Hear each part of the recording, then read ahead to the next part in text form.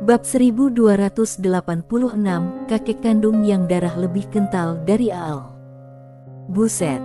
Mendengar kata Anti Tao Singa itu, Langito tak kuasa menahan diri untuk mengutuk.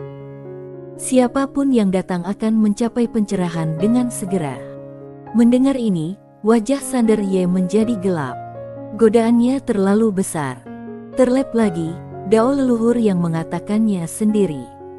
Banyak pria kuat yang berjuang untuk menjadi lebih baik pasti akan menjadi gila, terutama mereka yang masa hidupnya hampir berakhir. Anti Tao Singa berkata, mari kita pergi menemui saudara kedua terlebih dahulu.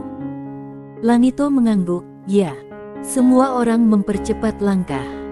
Setelah beberapa saat, Anti Tao Singa dan Langito membawa Sander Ye ke sebuah lereng bukit kecil. Di sana terdapat sebuah prasasti batu berwarna merah darah.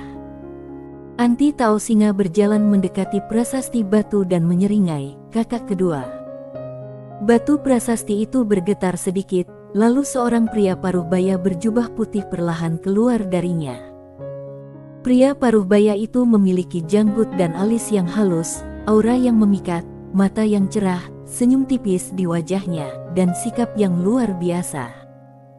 Langito tiba-tiba menatap Sander Ye, dan Sander Ye pun mengerti lalu segera melangkah maju dan membungkuk, halo, kakak kedua. Pria berjubah putih menatap Sander Ye tanpa berkata apa-apa. Sander Ye tenang, tidak rendah hati maupun sombong. Setelah beberapa saat, lelaki berjubah putih itu tersenyum dan berkata, lumayan. Mendengar ini, Tuan Langito dan Anti Tao Singa merasa lega. Di antara saudara-saudari mereka, kakak laki-laki kedua dan kakak perempuan ketiga adalah yang paling sulit bergaul, terutama saudara kedua. Meskipun dia biasanya terlihat lembut dan sopan, dia sebenarnya yang paling sombong di antara mereka dan hanya sedikit orang yang bisa menarik perhatiannya. Lelaki yang berbaring putih itu tiba-tiba berkata, pergilah, temui kakak pertama.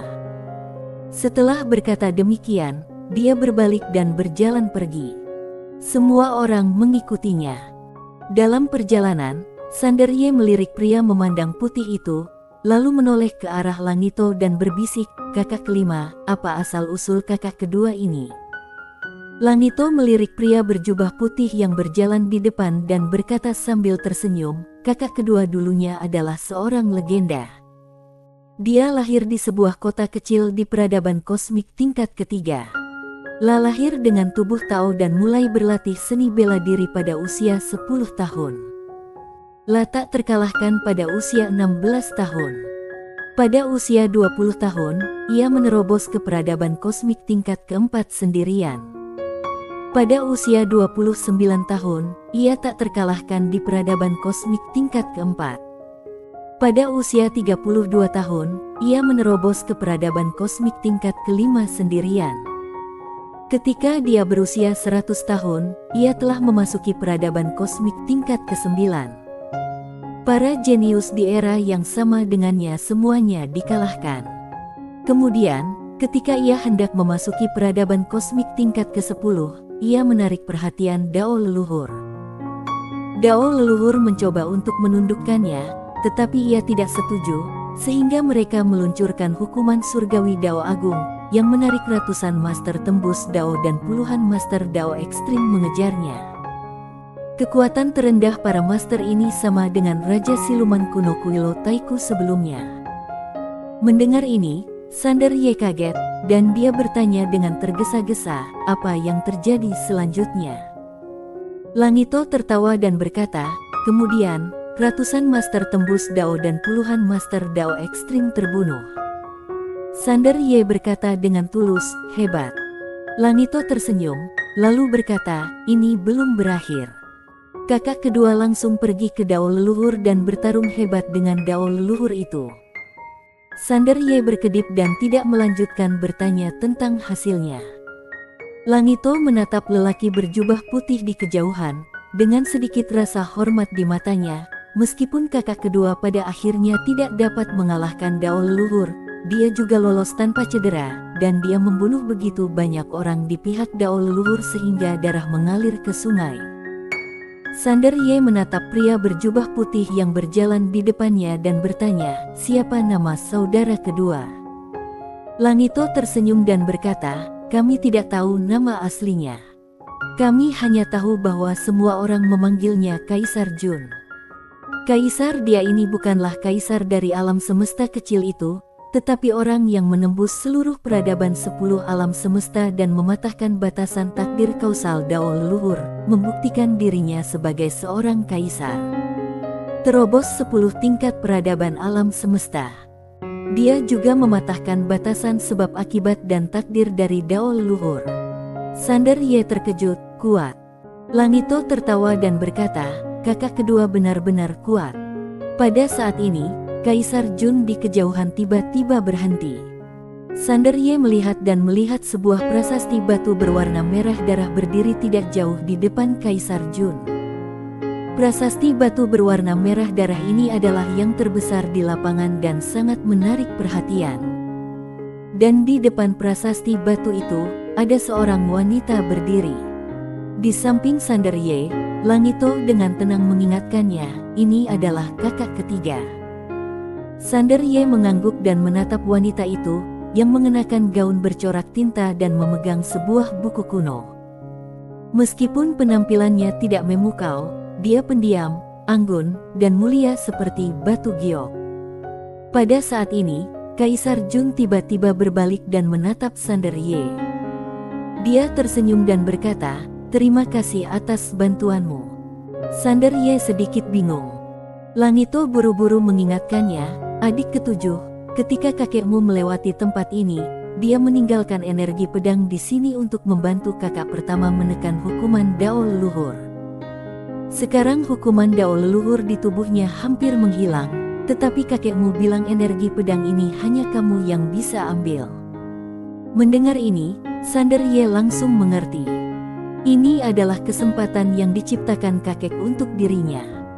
Kalau tidak, dengan kekuatan kakek, dia pasti bisa sepenuhnya menghilangkan hukuman Dao leluhur dari kakak tertua ini. Memikirkan hal ini, hati Sander Ye tiba-tiba terasa hangat. Ini adalah kakek kandungnya. Darah lebih kental daripada air. Sander Ye berjalan ke arah prasasti batu. Pada saat ini, suara hangat tiba-tiba terdengar dari prasasti batu. Kakak ketiga baru saja memberitahuku bahwa kamu dan kakak kelima telah bersumpah sebagai saudara. Sander Ye buru-buru membungkuk sedikit, ya, kakak pertama. Suara itu tertawa keras dan berkata, anak kecil, kamu harus berpikir jernih. Kami semua adalah orang-orang yang menentang Tao. Kami tidak akan pernah berhenti melawan Tao sampai mati. Sander Ye tersenyum dan berkata, itu sempurna. Kita adalah saudara dan satu pemikiran. Haha. Suara itu tertawa bagai guntur, bagus sekali, nak. Baiklah, mulai sekarang kita akan menjadi saudara. Sander Ye mengangguk dan berkata, kakak pertama, kakak ketiga, terimalah salamku. Sambil mengatakan hal itu dia membungkuk hormat. Wanita itu menatapnya dan tidak berkata apapun. Suara di dalam prasasti batu itu berkata, kita ini keluarga, jadi tak perlu melakukan hal-hal yang sia-sia. Sander Ye tersenyum tipis, oke. Sambil berbicara, dia berjalan ke arah lempengan batu dan meletakkan tangan kanannya di atasnya. Lempengan batu itu bergetar sedikit, lalu cahaya pedang perlahan melayang keluar dari lempengan batu itu. Melihat ini, Sander Ye sangat gembira. Dia tiba-tiba mengulurkan tangannya untuk menangkap cahaya pedang, dan kemudian tanpa berpikir, dia menusukkannya di antara alisnya. Oh sial! Segelnya akhirnya dapat diangkat. Aku tidak bisa mengalahkanmu, tetapi apakah kakekku tidak bisa mengalahkanmu? Tetapi, pada saat ini, cahaya pedang itu tiba-tiba menghilang seperti asap. Melihat pemandangan ini, ekspresi Sander Ye benar-benar membeku. Oh sial! Rencana untuk mengambil jalan pintas telah gagal. Pada saat ini, lempengan batu itu tiba-tiba bergetar sedikit. Setelah beberapa saat, suara di dalam lempengan batu itu tiba-tiba tertawa dan berkata, Aku masih butuh sedikit waktu lagi. Adik kedua, kamu urus saja hal-hal di luar dulu. Kaisar Jun mengangguk dan berkata dengan tenang, tidak masalah. Kaisar Jun menatap Sander Ye, kemarilah. Sander Ye berjalan di depan Kaisar Jun, dan Kaisar Jun tiba-tiba menunjuk jarinya di antara Sander Ye. Dalam sekejap, segel jalan jahat di antara kedua alis Sander Ye muncul. Kaisar Jun menarik tangannya. Dia menatap Sander Ye dan mengerutkan kening, mengapa kekuatan jalan jahat ini begitu kuat? Tentu saja, dia pernah berhubungan dengan jalan jahat sebelumnya, tetapi dia belum pernah melihat jalan jahat yang begitu kuatnya. Kaisar Jun menatap Sander Ye dengan tatapan bertanya. Sander Ye bercerita tentang Fasa Fan, karena Fasa Fan bersekongkol dengan Dao leluhur. Jika kakak beradik ini bertemu dengannya di masa depan, mereka pasti sudah siap secara mental. Setelah mendengarkan kata-kata Sander Ye, Kaisar Jun berkata dengan lembut, integrasikan kultivasi 10.000 generasi. Sander Ye mengangguk, ya. Kaisar Jun melihat tanda di antara kedua alis Sander Ye dan berkata, wanita ini sangat kuat. Mengenai seberapa kuatnya dia, kita hanya bisa mengetahuinya setelah bertarung dengannya. Sambil berkata demikian, dia memandang wanita di sampingnya dan berkata, kakak ketiga, kemarilah dan lihatlah. Wanita itu berjalan perlahan ke arah Sander Ye. Dia mengulurkan jari dan mengarahkannya ke alis Sander Ye, dan segel jalan jahat itu sedikit bergetar. Pada saat ini, sinar energi kebenaran mengalir ke segel di sepanjang jarinya. Setelah beberapa saat hening, sinar energi kebenaran itu langsung berubah menjadi abu. Pada saat yang sama, Sander Ye tersambar petir dan pingsan di tempat. Sander kamu. Sunny Fan dengan cepat memeluk Sander Ye dan berkata dengan ngeri, kamu. Wanita itu mengerutkan kening.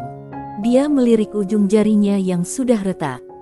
Setelah hening sejenak, dia berkata, kekuatan kejahatan tertinggi, kekuatan jalan jahat, harus ditanggapi dengan serius. Kaisar Jun mengangguk, dia berjalan ke arah Sander Ye, lalu mengeluarkan buah spiritual dan meletakkannya di dada Sander Ye. Buah spiritual itu berubah menjadi energi spiritual dan mengalir ke tubuh Sander Ye. Kaisar Jun menoleh ke arah wanita itu, adik ketiga, apakah kamu yakin? Wanita itu mengerutkan kening dan berpikir sejenak, lalu berkata, coba saja. Kaisar Jun mengangguk, oke. Setelah mengatakan itu, dia berjalan pergi. Wanita itu tiba-tiba bertanya, mau kemana? Kaisar Jun berkata dengan tenang, bunuh beberapa orang. Saat dia berbicara, dia menghilang. Wanita itu menggendong Sander Ye pergi, dan Sunny Fan mengikutinya dengan tergesa-gesa. Meskipun dia tidak tahu apa yang dilakukan orang-orang ini, dia tahu bahwa mereka tidak akan menyakiti Sander Ye. Anti Tao Singa menoleh dan menatap Langito, pergi bunuh beberapa orang.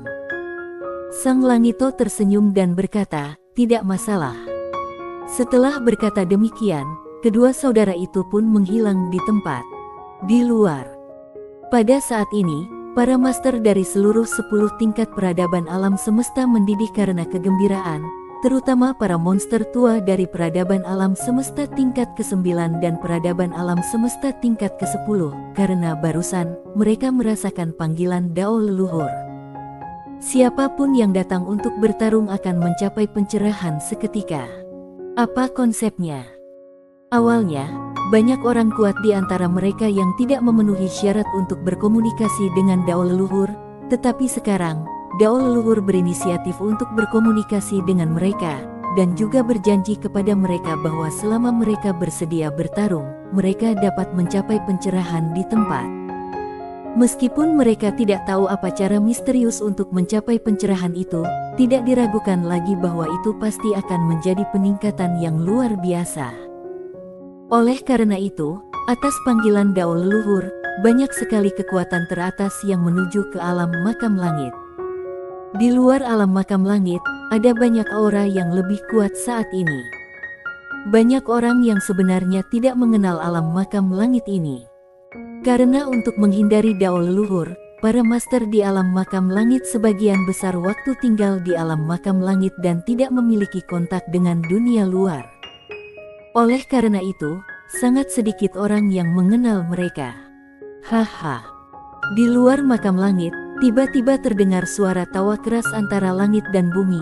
Kemudian sesosok pria kasar menerobos ruang dan waktu, lalu perlahan berjalan keluar. Lelaki kasar itu menatap alam makam langit dan tertawa, sekelompok pengecut keluarlah untuk mati. Pada saat itu, sebuah bayangan cacat tiba-tiba melintas dan sebelum lelaki kasar itu bisa bereaksi, sebuah tangan mencengkeram tenggorokannya. Pria kasar itu menatap pria berjubah putih di depannya dengan ngeri. Lelaki mencengkeram putih itu mencubit pelan dengan tangan kanannya. Krak! Kepala pria kasar itu dirobek oleh Kaisar Jun. Dia melihat sekelilingnya dengan kepala berdarah di tangannya. Apakah semua pengikut Dao era ini begitu lemah? Sungguh mengecewakan. Ada keheningan antara langit dan bumi. Bersambung.